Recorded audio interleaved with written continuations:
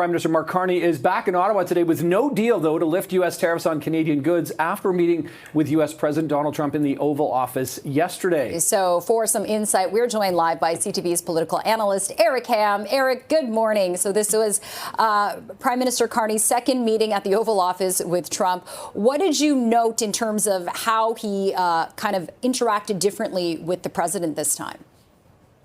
Well, he seems certainly far more comfortable. And of course, the two men interacted with each other very well. Clearly, what we're seeing here is Donald Trump really does personally like the prime minister. But again, unfortunately, they walked away with no deal, with no sense of relief on the ongoing trade tariffs that the president continues to implement on Canada. And then, of course, we got from the president once again, another joke, which is still, I think, very much a tell about the president wanting Canada to be a part of the United States. And I do believe that is always going to be a sticking point between the negotiations between the two countries. As we know, Canada is the lone G7 nation that does not have a trade agreement with the United States at this time. And it's so bizarre considering that we're allies, considering the closeness of the U.S.-Canada relationship, Eric, you know, for so many years, this long history. But Trump saying, you know, it's the closeness, according to Trump, that he says makes it so hard to make this deal, which seems counterintuitive. He goes on to say it's a complicated agreement, more complicated maybe than any other agreement we have on trade because, you know, we have a natural conflict. We also have mutual love. I don't understand how Prime Minister Carney could even kind of grasp where Canada is at when you hear, you know, on the one hand this, but on the one hand that, on the one hand this, on the one hand that. It's, I mean, we know this is classic Trump, but it's like a lot of love, but not a lot of connection when it comes to deal making.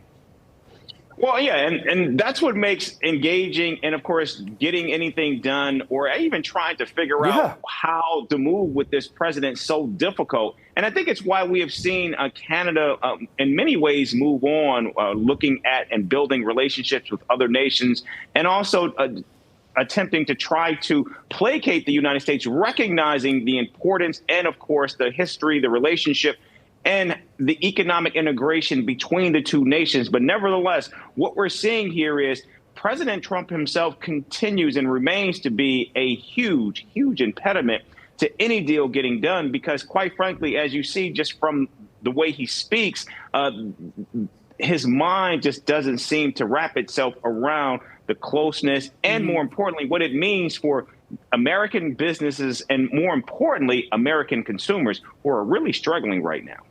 Yeah, definitely some differences in terms of the tariffs on steel. Trump saying that it's a conflict. Carney saying, well, that's just competition.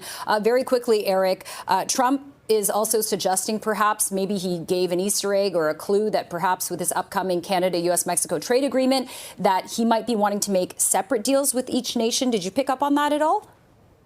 Well, yeah. And again, if that were to happen, I mean, I think that certainly makes sense. We know the president likes to streamline things and make them very simple and very simplistic for himself.